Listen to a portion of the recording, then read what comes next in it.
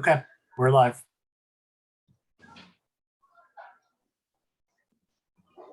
Hi, everyone, and welcome to our fifth MCW Global Insight webinar, which will focus on youth leadership. So thank you very much for joining this morning, this afternoon, evening, wherever you are in the world. So my name is Leon, and I'm the director of the Young Leaders Program.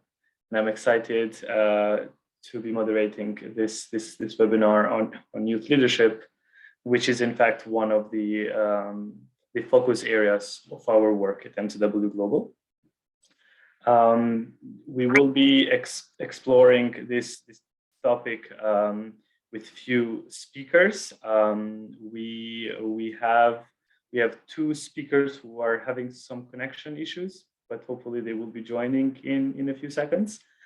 But we also have here, we have here Mrs. Gamal, who is an alumni of the Young Leaders Fellowship. She is the founder and the CEO of a nonprofit organization, which is called Yellow versus Blue. She is also a certified Erasmus Plus facilitator, and apart from participating in the Young Leaders Fellowship as a mentee, she has also returned as a mentor and is just a person with a lot of experiences on the youth field, on youth leadership, and in the area of nonprofit organizations and also community work. So I'm very excited to have her here. I see also Adrian just joined. We'll give him a couple of seconds to settle, and then we will come back to him. But just before we start our discussion, I would just like to remind everyone who has joined the webinar that you guys can post the questions on the chat box, or towards the end of the webinar, we will have some times for questions and answers. So raise your hands and you can unmute yourself and ask the question to the speakers. We are also live on Facebook. So if you're watching from Facebook, just make sure to post your questions on the comment section on Facebook, and we will make sure to address those questions to the speakers. We would like just to give you a little bit of an overview of what is MCW, like the Insights, and why are we focusing on youth leadership. So Insights is a program that we have developed lately as an opportunity and a space for our community to engage and to share more about the important topics that are going on in the world, such as the volunteering, such as oral health, or in addition to that, we also talk a little about leadership and why is it important for young people to be engaged into the youth work in the youth, in the youth field. So, after several sessions, we've decided to have this one on the youth leadership because we think there is a huge importance of young people to be involved and to have a seat on the table. And frankly, to imagine a future without young people having contribution into the community work, it's something like it's a future that lacks a lot of potential. So here today in this leadership, our goal is to investigate exactly why is it important for us to actually invest in young leaders, and what is the benefit for the entire community when we have young leaders who are vocal and involved and who are actually represented.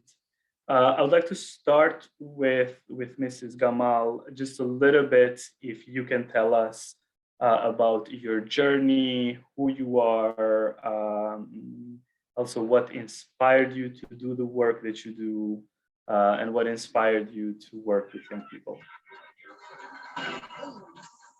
Thank you, Leon, for this introduction. And it's always funny to hear Mrs. Gamal because we don't usually say it like that in Egypt.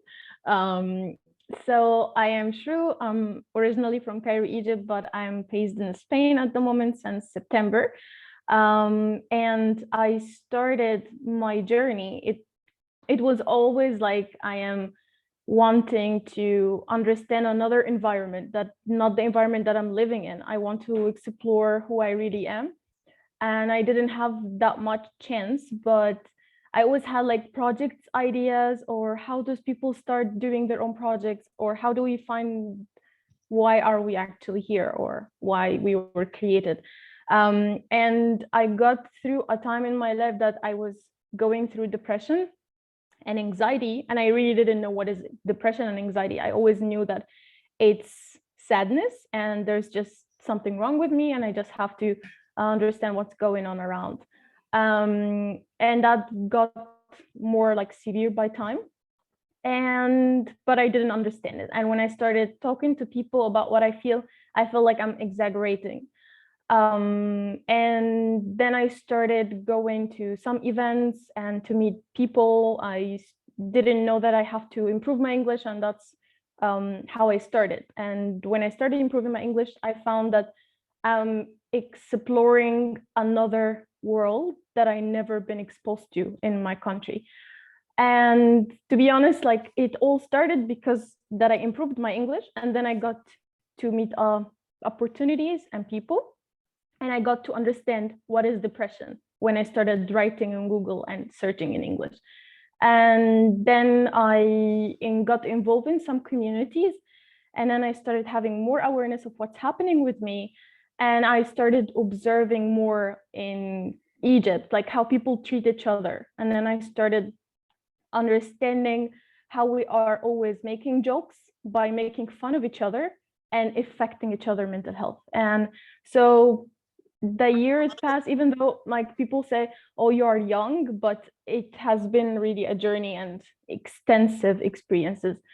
Then I found so many people got affected as well. And then by growing, I found that I want to save other people from what I have experienced. So I started implementing my way with my niece, that she was like 2-3 years old. And I was like always making her believe in herself, even she's young, but she says, oh, my hair doesn't look nice. And then I started telling her how her hair is special. She says, oh, I think I am dumb at doing this. And I started step by step, and I found that it really affects her positively. And I'm listening some noise and I'm trying to focus. And I found that it works, and that makes her confident. And I saw how she's growing. Now she's like 6 years old, and I see how this girl looks so confident. She looks so healthy mentally, and that's why I wanted to keep doing this. So, and then I found MCW Global, as I had the project idea, but I really didn't know how to start. It's like, okay, I want to help people and to save others from the experiences that I got through. I want to make people more aware of this, but I always didn't know what to do. Like, okay, I'm interested in mental health. I can take courses online, but what else? And then one day I just found MCW Global post to apply, and then I applied, and that's how I got inspired from starting all this journey. And yeah, that's it. Thank you so much. That's quite an inspiring story that starts from your own personal life and your own personal experience to you now actually getting more involved into this work and helping others. So thank you very much for sharing that. We also have the other speakers have joined. They managed to overcome their technical challenges. So we're happy to have them here. We have Mr. Bisimana, who is the program officer at MC Rwanda. He's been working at MC Rwanda, I think, since 2019. He has a master's degree in education and leadership. And additionally, he also has a lot of experience in the youth empowerment program and also leadership programs with young people. So Mr. Bisimana, welcome. And thank you very much for joining us today. And I would like to ask you the same question. If you can just tell us a little bit about yourself, your journey. How did you end up doing the work that you do for for the youth? Thank you, Rion. I'm very happy to be on this platform today. I'm Adrian Bisiman. I work as a program officer. My journey in youth leadership, I can say it has started some years back. Actually, I was inspired with my family. I was born in a family of teachers and a pastor.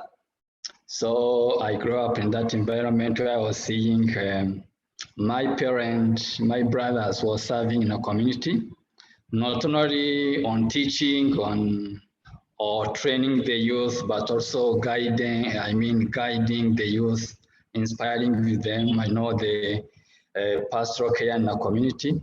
So I was so inspired with the activity of my parents, my sister, and my brother. Then when I was reaching in my secondary years, I decided to pursue my passion in university, where I joined education. So my intrinsic motivation was to get a time one day to reach different people and share my ideas, inspiring them, motivating the youth. I knew that the work that they were doing was not paying a lot. The salary of teachers, the salary of pastors. But what they are benefiting from that activity is really amazing. They get satisfaction, they are happy, the work that they're doing is recognizable in the community. Then my passion was somehow oriented to what they are doing. Then when I crossed, the time that I crossed my degree, I went in the community to serve in secondary school. I remember I passed like 10 years as a teacher and headmaster. So my dreams now was realized because I get opportunity to meet 1,000 of students, 5,000 of parents, So it was a great time to me to inspire the youth and to share the ideas, to inspire them, to motivate them. Then I was lucky now to join MCR as an organization which is really doing amazing work in our community by bringing different youth on board and giving them, giving them a platform and open platform to realize their dreams. Yeah, briefly, this is how the passion grew up in me, and I'm really happy to pursue my dreams. Thank you, Rian. Thank you very much. We would be super excited to hear a bit more about what MC Rwanda does and all the amazing work that you guys are doing in Rwanda. Our third speaker is coming from Nigeria. It's Mr. Itodo, who is a lawyer from Nigeria, and he's also the executive director of an organization that is called Yaga Africa. Who promotes democracy in Africa. And also, Mr. Itodo is a board director at Kofi Annan Foundation. And we would love to hear a little bit from you, Mr. Itodo, about your journey and what inspired you to get involved into working with young people. Hi, good afternoon. Please confirm you can hear me. Yes, we can hear you. Yes, first apologies for joining late. My connection, I've had connection issues. So please, if you fail to hear me, please just indicate because I'm having network issues. Let me thank you most sincerely for inviting me to share some thoughts this afternoon, morning, or evening, wherever you are across the world. And this is a very important discussion. I'm talking leadership. And leadership is really critical for our world today because the world is in their need of, transformative leaders who can fix, our problems as a society, and whether it's the problems of climate change, insecurity, or even economy. There are just too many problems across the world. And And you know, what leadership seeks to serve is to take responsibility to actually fix those problems. And if you ask me what's my journey and what's my story, it actually comes from the fact that I became very tired with the state of things in my society, tired that human rights were being violated and there was no explanation for that, or there was no reason, you know, why rights should be violated. I was tired because when decisions are being taken for me and on my behalf, I am not consulted. And I thought that, hey, that's not how society is meant to be governed. That society is meant to be governed based on conversations, based on dialogues, and based on consensus that members of society actually reach. The third was it was just need to disrupt the political space. And I'm one who really believes that old and expired politicians should have no business in public office, that they should retire to their homes and enjoy time with their grandchildren and leave, you know, the public space for active, energetic, innovative young people, you know, to fix our problem. Like I said, that our world is in dire need of solution providers, is in dire need of people who can solve our problems. And I started, you know, this struggle for political freedom back in the days when I was in high school. And in high school, there was one particular incident that happened that really triggered, you know, my interest in public leadership as well as in political organizing. And it's one where we are told that, you know, you've got student union councils or student representative councils. And I recall in my days in the university, we had challenges with high costs of school fees, and the facilities in the universities were not improving. So our hostel accommodation, classrooms were not improving. Yet we were charged high cost of fees. And you know, the leaders of the students' union governments then, you know, protested.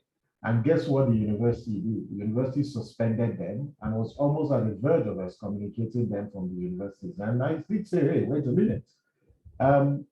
People have a voice and people should speak about what concerns them and what they are passionate about. And people should ask questions. That's the entire essence of democracy. If you take the voice out of people, if you restrict people from speaking, then you would have imperiled democracy. And I said, no, this cannot happen. And, you know, started speaking against the intimidation by school authorities. And that's how, you know, I also evolved from that struggle. And when I went to the law school, I also ran to be the chairman of the Student Representative Council, and I did win that elections, down to the point where I'm now also at a point where mobilizing young people, you know, to run for office, and not just run for office, but run to provide excellent leadership. And I dare say, not because all of you or most participants here are young people, the world needs young, energetic people.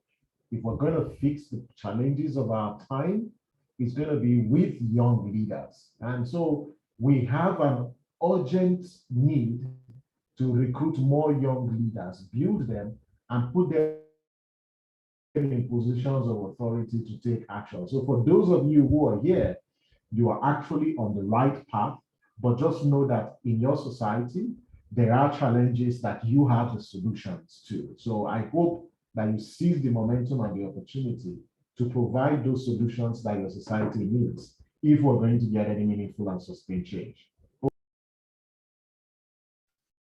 Thank you very much, Mr. Otodo. It's very, very powerful to hear that all of you, your work is inspired by your own experiences and the circumstances that you were surrounded with. And I would like to continue with you, Mr. Otodo, because you touched on important points around having more young people in power, having more young people involved in decision making, and if you can just elaborate a little bit into actually, what does youth leadership mean to you? And in fact, why do you think it is so important for young people to be given a seat on the table? That's a very interesting one. Why do I think that young people should be given a seat by the table? Actually, I don't think young people, should be given a seat at the table. I think young people should create the table, create the chairs that sit around the table, create the agenda, for the conversation on that table, lead the conversation, and also implement the decisions that come out of that. Because I think when we approach the conversation from a standpoint where we say, why should young people, the mere fact that we're asking the why question simply suggests an anomaly within our society that needs to be fixed. Because when you're making decisions, you're thinking about the future. And that's the whole principle of generational equity. That if you're going to talk about the future, then those who will be shaping and having those conversations should be led, by young people. So, and why is this important? So let me make an advance 3 broad arguments. First, from a demographic point of view, young people have, the numbers, that makes them critical stakeholders within a democratic process. So you look at the population of young people across the world. In Africa, Africa has the youngest, and the largest youth population. Look across your societies, most of our countries are dominated, by young people. And so if you make a demographic argument, young people should, be on the decision-making table. So that's a demographic argument. The second, there's a human rights argument to this, that democracy is centered on participation and inclusion. Democracy loses its vitality if you take inclusion out of the entire democratic process. So how then can we say democracy is government of the people, by the people, and for the people, and not government of the elderly, by the elderly, or for the elderly, but government of the people? And if majority of young people are the people, then they should be part of it, because as a fundamental of human rights, the Universal Declaration of Human Rights, the International Covenant on Civil and Political Rights, all these international instruments make participation a right and not a privilege. The third, I have not seen any literature anywhere across the world that has debunked the fact that young people do not have the intelligence, they don't have the creativity, they don't have the resilience, they don't have the innovation, to solve our problems. What then is leadership for if it's not for solving problems? And so if you have a cross-section of your society that has what it takes, has the solutions, then you've got to engage them. So for me, these are 3 arguments that I can advance. And if you look across the world, if you look at the tech sector, you look at the agricultural sector, you look at the hospitality sector, young people are thriving in different spaces and they're transforming our societies. If you look at the unicorns that have been created, even in Africa, most of them, are actually initiated by young people. Look at the technological space. Look at the amazing things, that young people are inventing, are doing. It's all young people. So there's just something about young people that the older generation don't seem to like, and that's why they don't want you to be in that room, because they prefer to take selfish decisions. But we've got to break and find our way into those rooms using 1, our intellectual power, 2, using, our numeric strength, and 3, using, this collective action that seems to bound young people together. So for me, those are the reasons why, and I can go on, and I even use some of you who are part of this conversation. If you look around you, you're taking responsibility one way or the other to fix a problem in your society. Some of you are either civic leaders, you're advocating for climate change, you're promoting women inclusion, you're empowering children. There's several amazing things that you do. Whatever you do as a civic leader, note that the net effect is felt in the broader society. Therefore, one way or the other, you're already exercising leadership. So don't let anyone tell you you have to be, in positions of political authority to be a leader. You are already a leader. And if you're driving change, if you're taking responsibility to fix a problem in your society, you're already exercising leadership. Oh, that was very powerful. Thank you. Thank you very much for sharing these arguments and these insights. And I really love the point when you mentioned that actually young people should create the table and not be giving a seat on the table. So I would just like to encourage some discussion in the chat on this perspective. What do other people think about this? About young people creating the actual table. I would like to also go to other speakers with the same question, to both Mrs. Gamal and Mr. Bisimana. I would love to hear from both of you also, what does youth leadership mean to you? And why do you think young people should be giving a seat on the table? Thank you, Rion. I want first to talk about why we need to give a nice place for the youth to express themselves, to demonstrate their competencies of leadership. I think the first speaker has mentioned the way that they have to create a table before giving.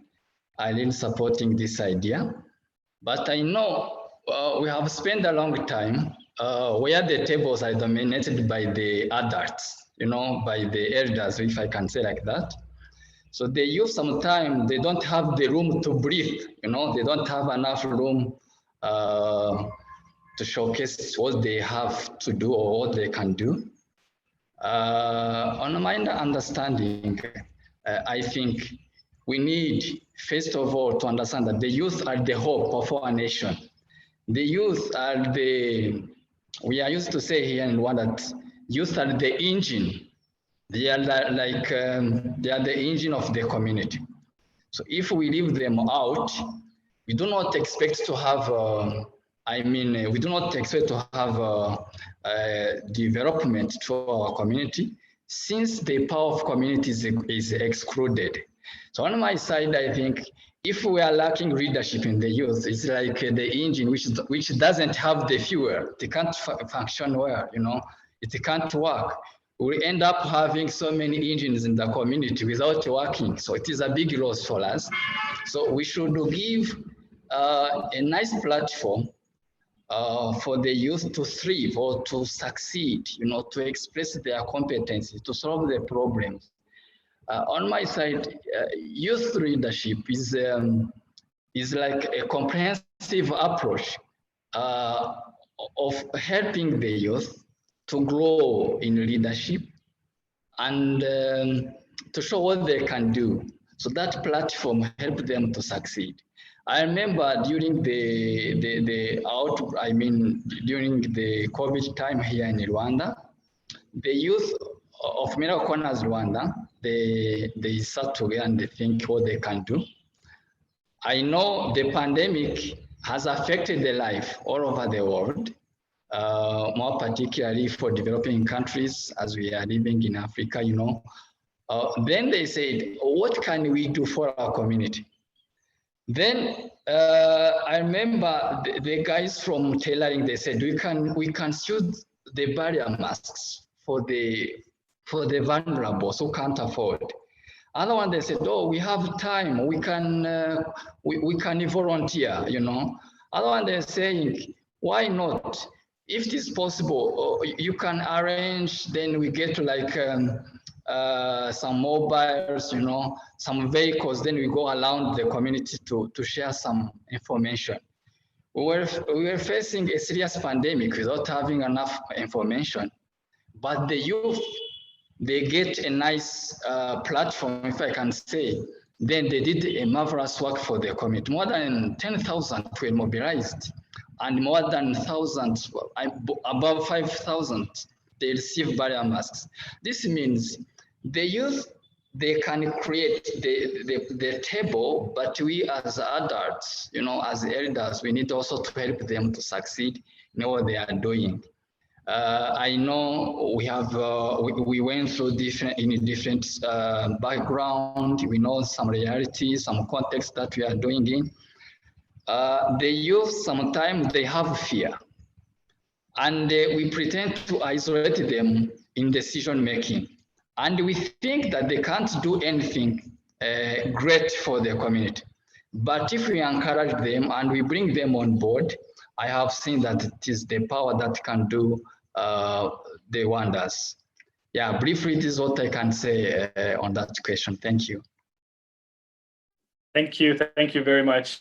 I think you touched on some really important like elements of how important youth leadership is and how young people can be the engine in their community. But and the more of these engines we have, the faster we go, basically. So I would love to hear from also Mrs. Gamal as a leader herself, as a young person from leadership. I would love to hear from you what leadership and why is it important for the young people to be more involved and to be having a seat on the table. Okay, so the first thing, it's about finding a quick solutions if you are facing a problem. Like now I just lost my electricity and I joined from the phone, so you need always to be aligned with the circumstances. So thank you for what Adrian and Samson shared. I truly agree with them, and I would like to add it also from another perspective. Leadership for me, I remember when I was in the Young Leaders Fellowship and my mentor asked me, what is leadership to you? I was like, I think it's about us facilitating a process, because I always see that I'm a leader, you see me a leader, but I don't see myself as a person who should dominating a specific process. I just see that everyone is good at doing something, and I'm good at starting a conversation or just taking an initiative. And one of my team members once told me, I'm really good at doing things, but I want you to tell me what to do. And at this moment, I knew that we are completing each other. She's good. I am the one who's leading the project, but I'm not the one who's running it, because without the others, I don't think I'm going to continue. So it's about being a voice, being supportive, just facilitating the process, and make everyone knows that we are all in this together, literally, because it's not going to work if you're just saying, okay, I'm the leader and I am giving you this task where you do it. It's about discussion and believing on the people around you. And I think giving youth the table or just helping them to take decision is about different generations. We have old generations, and then we have new young people. They are going to take the lead. So if we are just keeping coping with old generations, where is the new ideas coming? Because basically we are more like coping with differences, coping with modern life, and we are having the courage to take the step to do it. Like, for example, I was in a meeting with a person that she's 70 years old from the United States. And she said, I always thought that I'm not going to get an iPhone. It's like a really bad idea. Why would I need that? I have my notebook. I can manage everything from my notebook and writing everything I want. And then she said, and thanks to my niece, she convinced me. We got it for my birthday and it changed my life. So it's about how young people take the other generations forward. And yeah. I have a follow-up question for you on that, because I think a lot of people who are watching now this webinar, they're either starting working with young people or communities, or are planning to do so. And I would love to hear from you, Mrs. Gamal. What is the most rewarding? What is the most rewarding part of working with communities for you? It's feedbacks, like good feedbacks or feedbacks for improvement.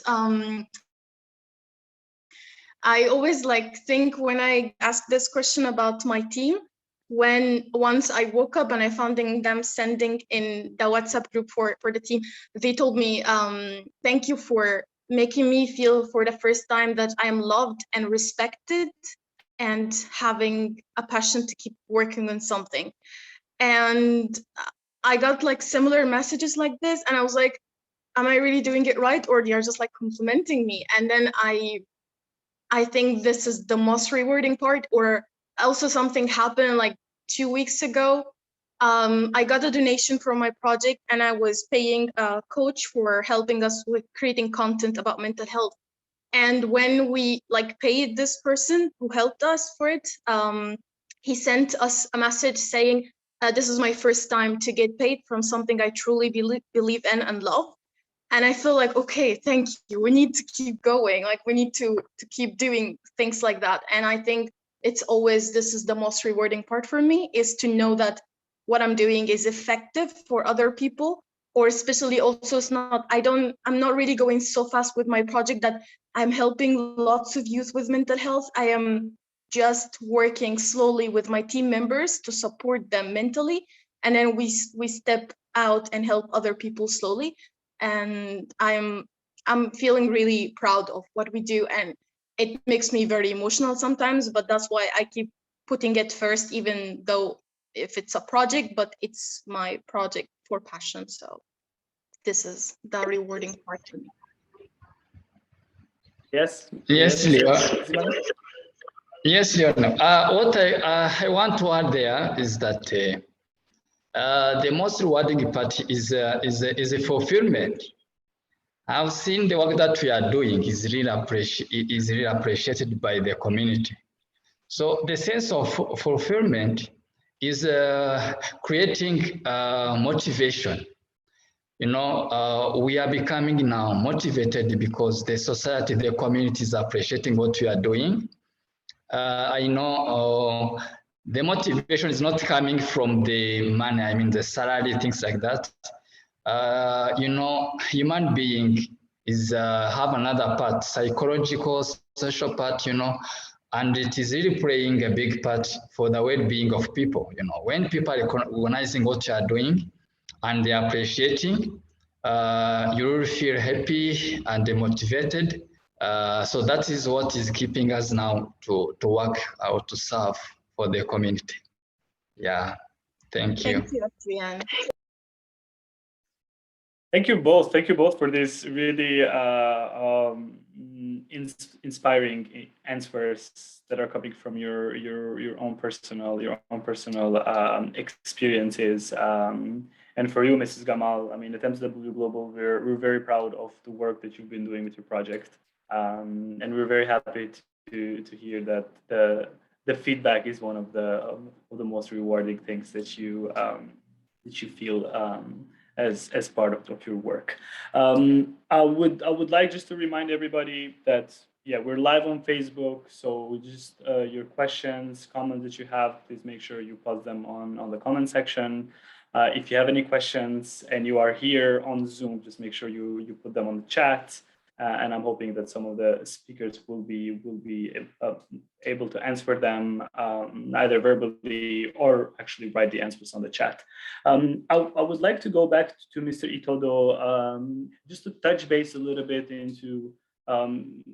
We're talking a lot about the opportunities, and we are talking a lot about the need for young people to be involved in the policy making, in community work, and all of that. But I would like just to hear from you on your own experience as a young leader. What were some of the barriers or challenges that you have actually faced when it comes to youth work and also getting involved into leadership work?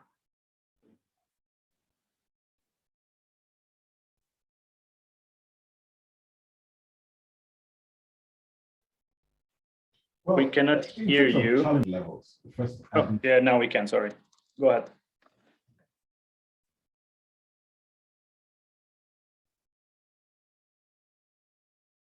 Can you hear me? Yeah, now we can hear you, yes. Can you hear me? Yes, we can hear you. Yeah, it is better.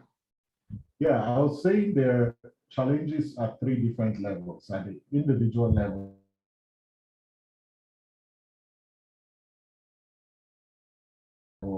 at the organizational level, and at that's what. Can you hear me? I think your internet is a bit weak, so we'll get back to you on the same question in a few minutes. Let me ask the same question to other speakers, and then by then, hopefully, your internet will get better. So I can start maybe with Mr. Bisiman. What were some of the challenges or barriers for you as a young leader? Very briefly, because we're running a little bit out of time, but some of the challenges that you faced. Yeah, the first challenge is fear. Fear and isolation. I want to mention this too. Fear and isolation. You know, we can't succeed, or the youth, they can't succeed if they are working in isolation or in fear. The challenge that they are facing, they are strong and they are not sure that they can solve them. You know, sometimes the elders have failed, but the youth, they find themselves as the one to respond to these challenges. So they need now to be courageous now. But if they continue to work in isolation, they don't get energy, or they don't get power to solve the problems. So fear and isolation, I observe that they are very crucial as a barrier for the youth. Yeah, thank you. Thank you very much. What about you, Mrs. Gamal? What do you think are some of the barriers or challenges for young people in this work? I think it's about the, I can say personally, because I always like to connect personal stories to my talks. For me, it was about that I didn't have the ability to travel as much because I wanted to meet other people, to learn other things, to go for other programs, to understand how I can keep working on my project. But as an Egyptian, like, we are not having this freedom of traveling because of our passport, and it's not really that strong. So I always feel like I need to work in this community. And but to be honest, the pandemic was a blessing, even though we all had hard time with it. But I figured out that there are so many opportunities that can break these barriers, and to attend things online, and to make connections online, and to grow online.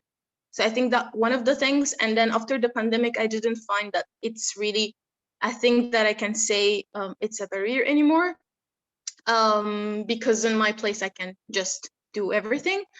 The second thing I would say that I personally faced is I wanted always to keep working alone, because I always believed like, okay, I am passionate about this. How can I find other people that they are passionate too about what I'm doing? And how can I not be a perfect, like, I used to do everything, okay, it looks perfect now and I'm doing it perfect, but who else will do it the same as me? And I was a bit arrogant in that part.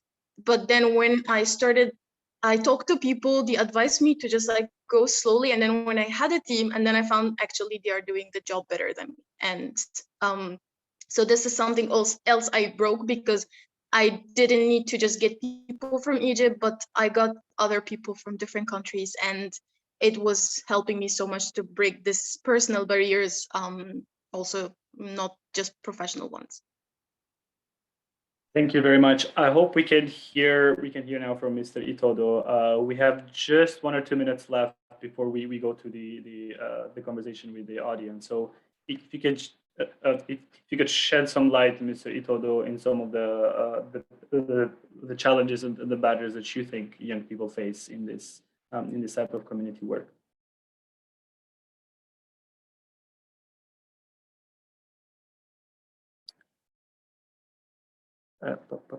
I think we don't have him yet. Okay. Can you hear me now? Yes, we can hear you. Yeah.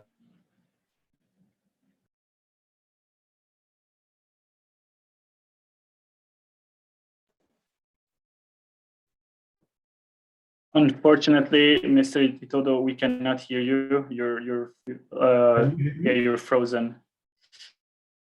What about now? I think now it's better, actually. I think it's better now. You can try once again. Go ahead. Maybe turn off your camera. Maybe try turning off the camera. I don't know if that would be helpful.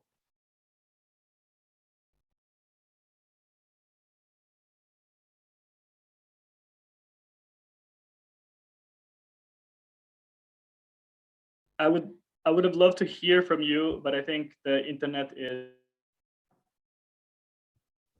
I just muted myself accidentally. Sorry. I would have loved to. Unfortunately, we cannot hear you. So if you can use the chat to answer that question, it would be great. Our audience would really appreciate it. We're moving on to some of the questions that we have received on the chat and some of the questions that we have received on Facebook. I don't know if there is anyone in the audience who would like to ask a question to the speakers. Just feel free to raise your hand if you want to ask a question. Otherwise, I have a list of questions that have been sent already, but I just want to sense check whether somebody wants to speak from the audience here on Zoom. I can. I saw the question, but I cannot see all of it. So if anyone can read it, because I'm from the phone and can. I will be reading the questions. I was just waiting whether somebody wants to raise their hand, but let's move ahead with the question that we have from one of our alumni, who says that actually from her experience working with young people, a lot of young people are actually not interested or dedicated to work with young people behind the scenes, but they enjoy a bit more the attention and the glamorous work that that comes with actually being in front of people, and they do this for their CV and for their outlook, let's say. And her question is, how do you encourage that actually people understand the importance of youth leadership, understand the importance of community work, and they actually do it like they do it from their heart?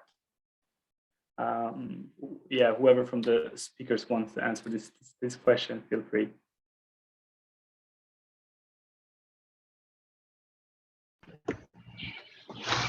Thank you, Leon.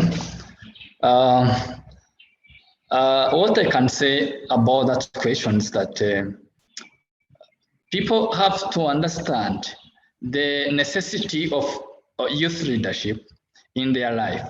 I mean, the contribution of the youth to the success of what they are planning.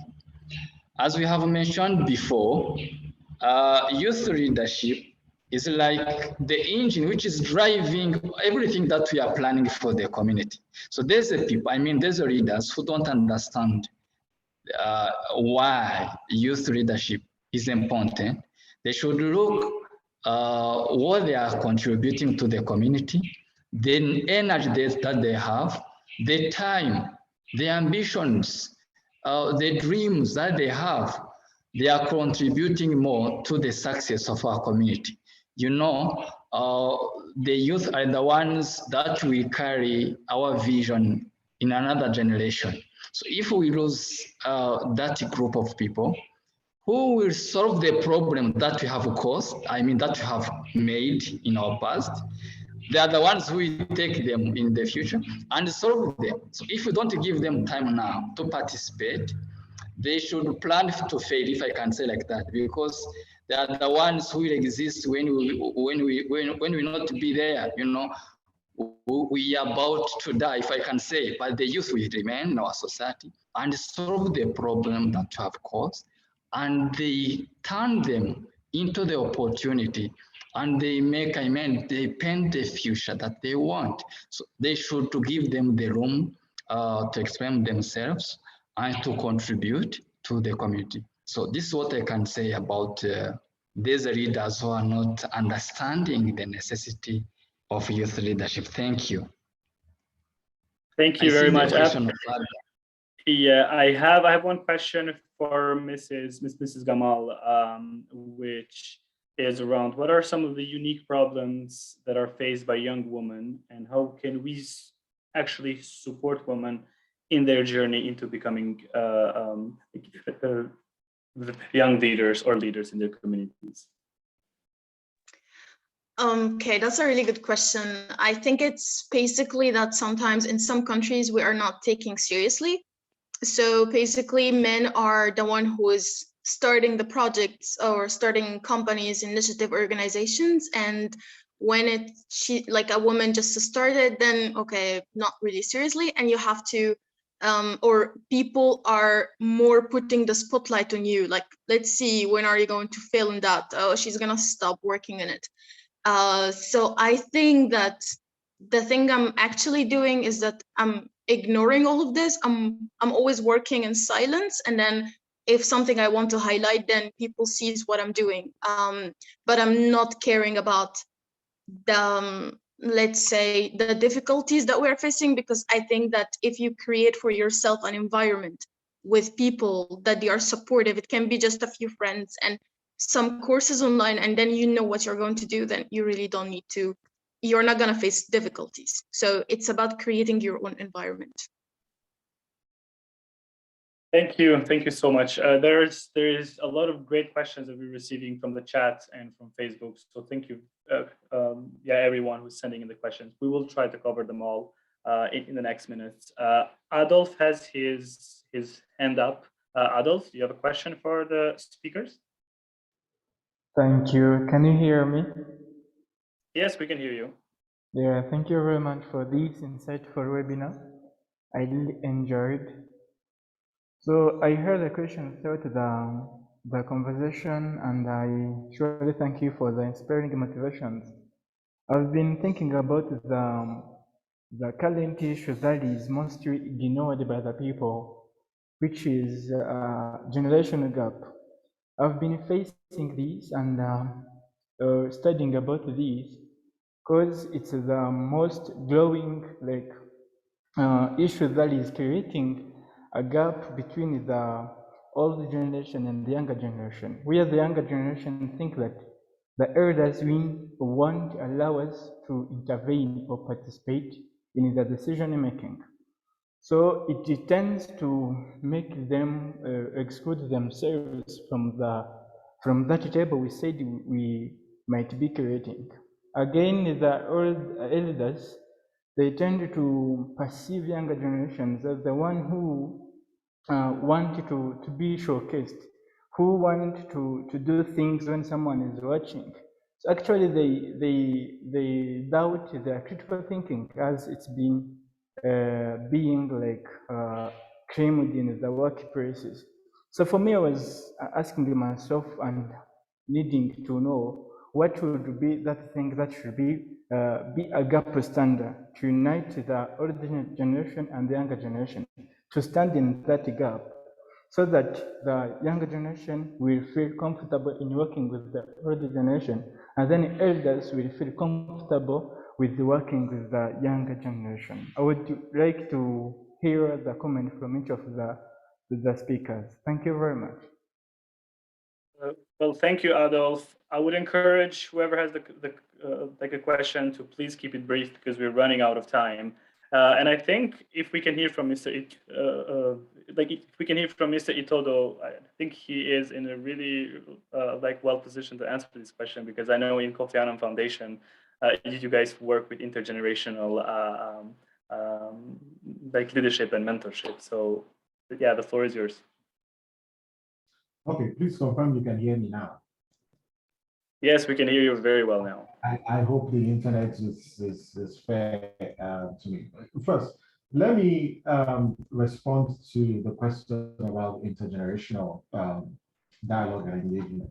I think the younger generation need to recognize that you cannot achieve sustainable change and at different scale without building strong alliances with an older generation that cares. So it's important we note that partnership is required between the old and the younger generation. And that can be fostered through different ways. First, mentorship provides an opportunity for young people to tap into the arsenal of experience and knowledge of the older generation.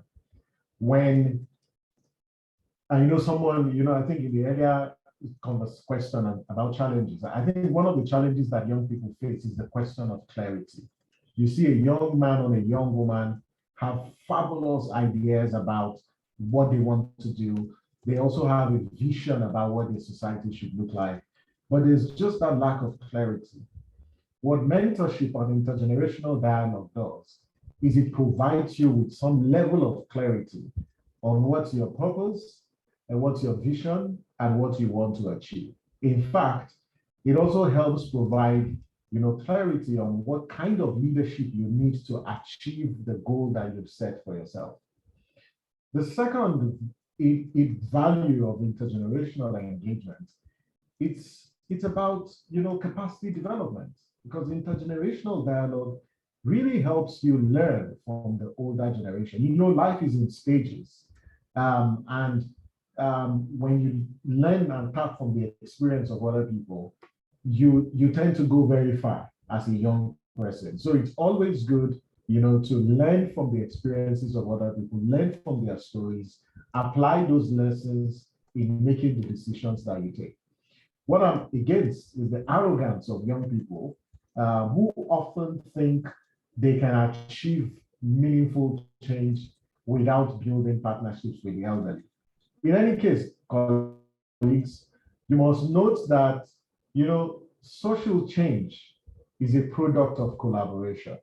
Look around you and everywhere in the world, there is no place in the world where change has been achieved without collaboration, both intergenerational, or what you call both demographic and geographical sort of alliance building or change. So I encourage that you identify role models, you identify older people within your community who represent, the values that you hold there and your aspiration, and see how you tap from them. I am actually a product of intergenerational engagement. And like Leon said, I'm the youngest board member at the Kofi Annan Foundation, and the foundation has older, very older people who have tremendous experience in different fields. In fact, they've excelled in their fields of endeavor. Even as a young person, I sit down and I listen to them, and I learn from their mistakes, their successes, and it helped me become a better person. And it helped me, think about how I run my organization, how I engage with my constituents and my community, and then also how I engage with public institutions. So it's critical that as a young leader, you promote intergenerational engagement. But let me also note that and underscore the value of intragenerational engagement, because we always focus on intergenerational, and that's from one generation to the other. And then we forget the intrageneration. How are we also interacting within our own generation? The question I keep asking myself every morning I wake up: how many Samsons am I building? How many Samsons am I raising? So you need to also ask yourself the question: how many Anushas are you creating? How many Shrok? How many Khalid, Matthew? Every morning you wake up, ask yourself that question: how many persons are you building as a young person? Leon, if I have your permission, I see there's a question that I just want to respond to, and that's the part about. If you can respond in like 15 seconds, yes, because we are really, really getting closer to the end. Oh no, someone talked about how to participate in decision making, and I'll say three things. One, you need people. People are the center of mobility and at the center of change. So please put people at the center. Secondly, you need social media and technology. It is our world, so you need to use those tools for organizing. And lastly, it boils down to leadership. And note that in this current contemporary world, like only leaders who are willing to take responsibility, for driving social change are the ones that are in shortage. And I hope you help us reverse that. Thank you. Thank you. Thank you so much for these really, really wonderful insights. I would encourage the speakers to write down their emails on the chat so the participants can email you their questions after the webinar. I know we're running out of time, but I really, really want to ask the last question for the speakers. And if you guys can answer in one sentence before we close, but I would really love to hear from all of you. Actually, what is one reflection on youth leadership that you want, to leave our audience with? Like, yeah, one piece of reflection that you want to leave our audience with this afternoon. We can start with Mrs. Gamal, maybe. Oh, I always get confused when you say Mrs. Gamal.